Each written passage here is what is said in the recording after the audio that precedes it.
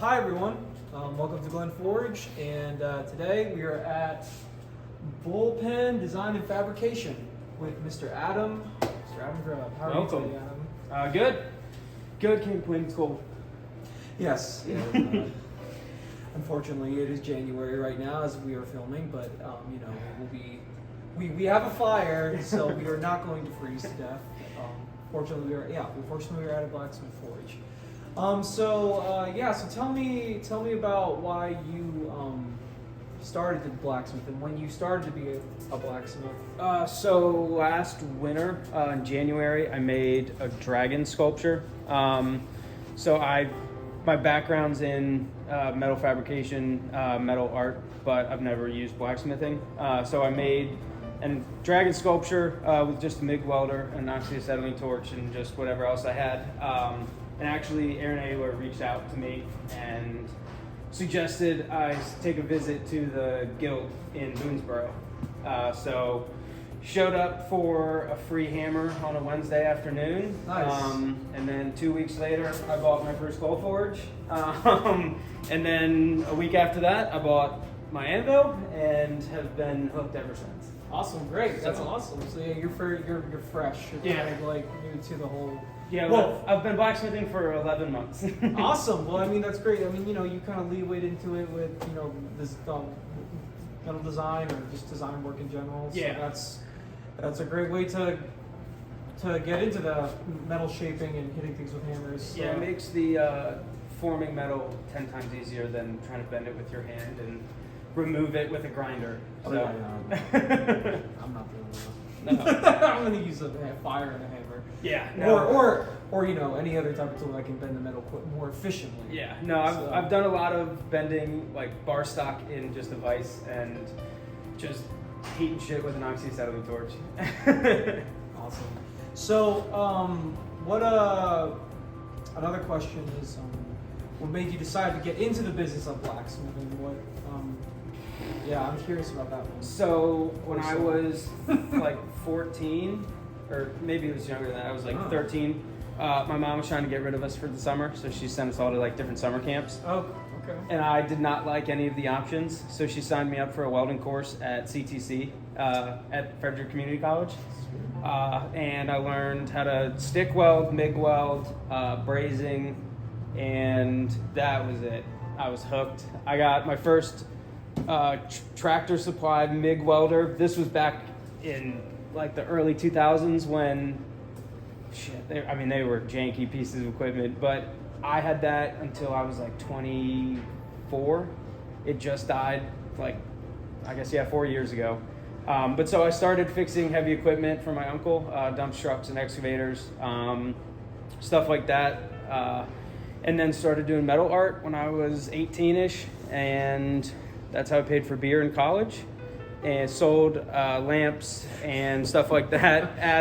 I sold it at the Muse in downtown Frederick. Oh, sweet. Yeah, so I know that. Whitney, the previous owner, she was awesome. So she would let me sell all kinds of stuff in there. Roses, lamps. I would take camshafts and crankshafts out of engines and use parts out of that to make stuff. And then it slowly progressed into what I do now. Awesome. So that's really fascinating. Yeah, because I started the blacksmith when I was way younger, or I met Dan Tokar. When I was like 13, still in like freaking middle school. Yep. But I did take welding courses at James Rumsey Technical Institute. Oh, okay. So that was another thing. So that's kind of cool that you got into like just metal work in general because of that. I didn't even want to take it. I didn't want to go. I wanted no part of it, and here we are. Honestly, with welding, that's kind of how I felt, but I had a really cool teacher. Luckily, he encouraged me to stay. It was something that I was like, oh, I already do metal work. Why do I want to do this? But then it's like actually ended up really liking me because it also helped me get better with my metal making, and so it definitely helps. It's like the fact that you can take two of the hardest things known to man and then stick them together forever is a pretty cool thing. Exactly, especially after you put all that effort into shaping them, and then you're like, oh crap, how do I put this together? Yeah. So, I was hooked, and I spend more time with these things than my girlfriend. So awesome. Perfect. Excellent.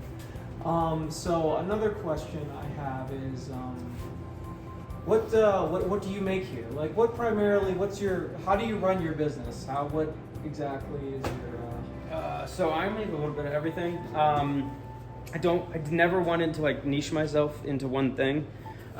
So I do plasma cut signs, art sculptures, furniture. I've made tables, my kitchen table, the legs I made, the bench, tip base. I've made art for the house, cabinets. I make just about everything. Knives, I just started doing that. So Sweet. constantly growing. Good, that's great. Yeah, bladesmithing is something I really want to do more of too. It's such a process, but I think it's worth it. So every smith I talk to, it's like, oh, I'd rather be doing something else than like, or it's just a lot of work and a lot of time, and it is, but My it's level cool. of respect for bladesmiths has gone through the Yeah. roof since I started doing this. Yeah, making like when we're working on a katana right now, but it's like the process for that.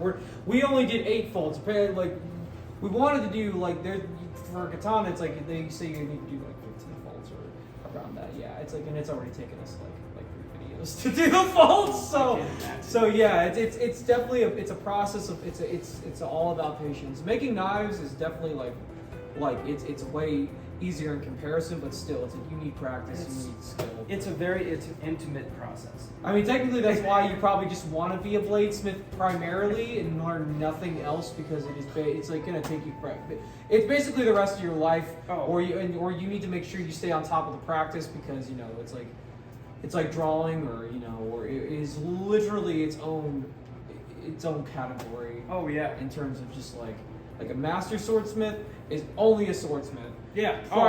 I'm sure maybe they can make a couple other things, and that's impressive to me, because that's like it's an incredible process. Yeah, it's a very delicate process.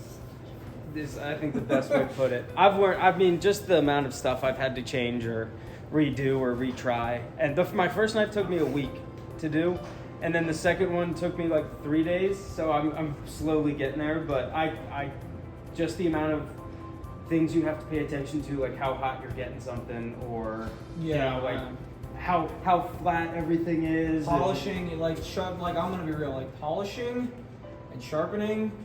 Well, it's like like basically just trying to get all the grit or whatever's left on it. Like that takes forever. The little scratches that are left, and yes, and then you go back and you have to rework something. I don't like doing that. I don't like doing, but I mean, like it's super rewarding, and you're like, oh, it's nice. Yep. I need to make this perfect. Yeah, that's great. And then, so another good question I had was, what is the most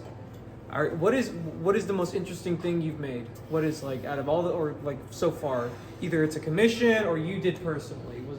You said you made a dragon statue, so that's kind of badass. I think the three, my 3 favorite are the dragon. I made a crane, a sandhill crane skull to scale.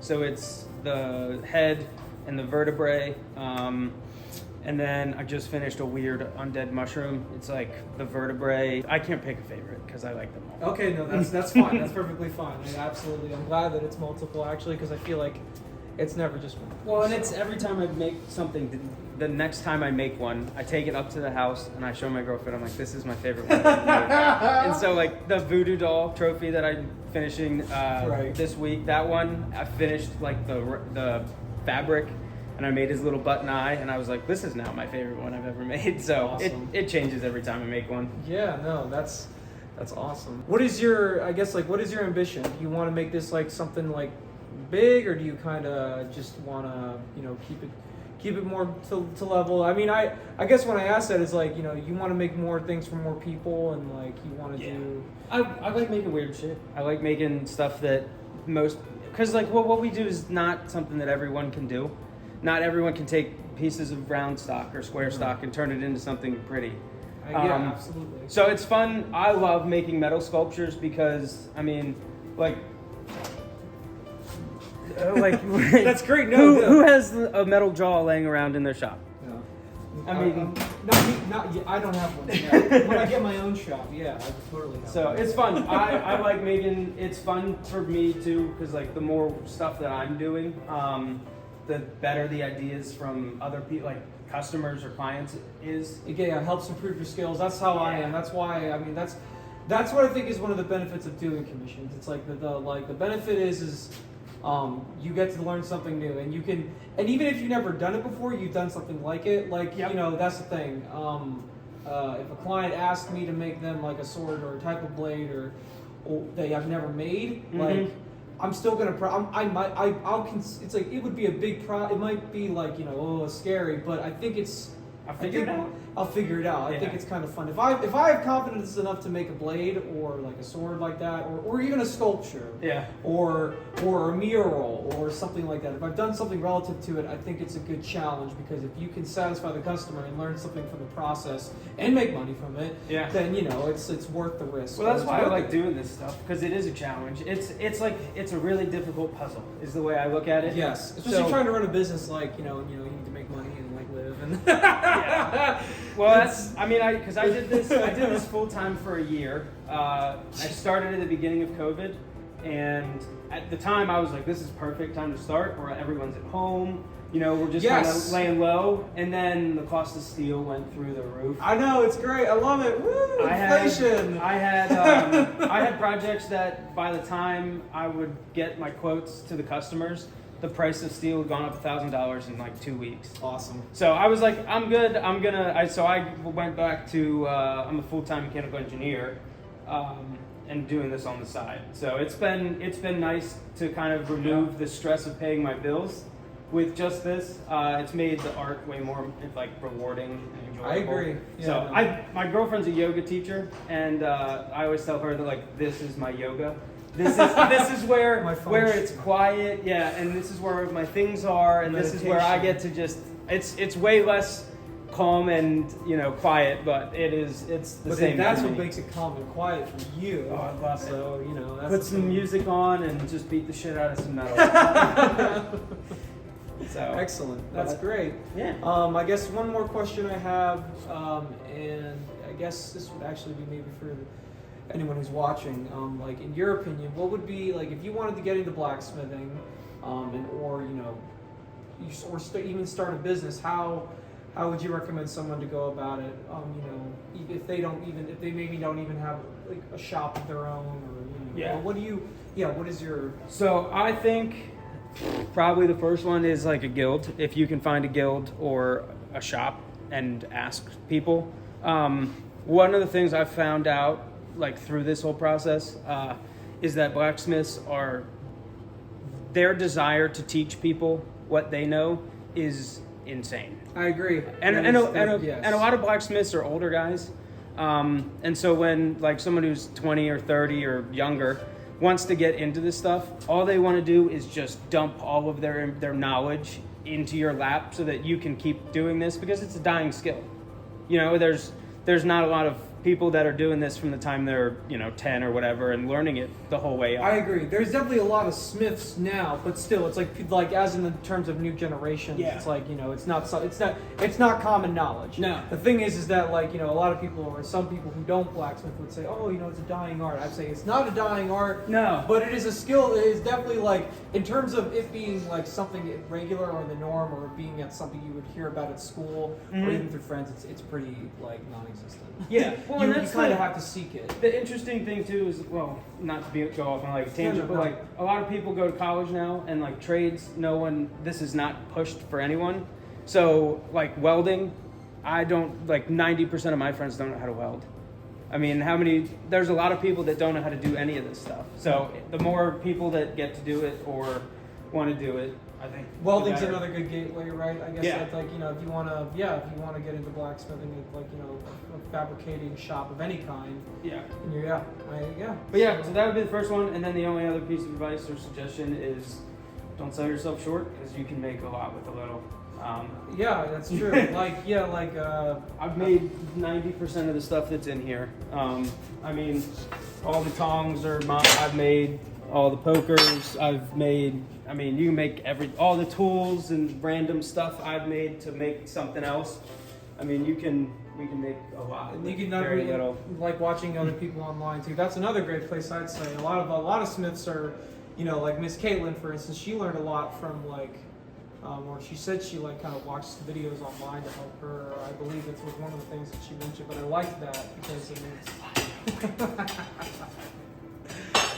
Yeah, no, that's great. Like you're saying, social media like TikTok, the amount of TikTokers that I've seen make like incredible knives or just artwork with nothing. Like there's a girl I've seen that has, it's just a piece of plastic roofing. She has a belt grinder, a piece of, I think it's like maybe 3/4 inch flat stock on like her railing, and that's how she shapes knives. Oh wow. And they're gorgeous. Like you can do a lot with not a lot. Agreed. I like that. So- That's a very good But yeah, piece that's of advice. Awesome. Yeah. those are no. probably the two pieces of advice I'll give. Awesome. Is there anything else you'd like to share, or No, I mean, if you guys have any other questions. I think. I asked him about his socials. Oh yeah, that's right. So, and another thing I would like to ask, like, how can people reach out to you for your business, and what are your socials? What platforms are you on? Please tell me. Please tell them. I'm on Facebook, Instagram, and TikTok, all under the same username. It's at Bullpen Fab. And then I also have an Etsy and a Pinterest, I think, with the same, or it's Bullpen Design Fabrication on just about everything. My website is on my Instagram, my TikTok, and my Facebook. Awesome. I'm not the best at updating that, but that has a pretty good running portfolio of all the different projects. Yeah, no, I understand. Trying to make stuff and manage social media is like the greatest. And even a different piece. I'm not going to ask you about that. Yeah, well, please, there's a lot that goes into this stuff. Yeah, absolutely. Well, thank you for your time. Again, this is Bullpen Design and Fabrication. Adam, nice having this interview with you. Thank you for your time. Have a great day, everyone.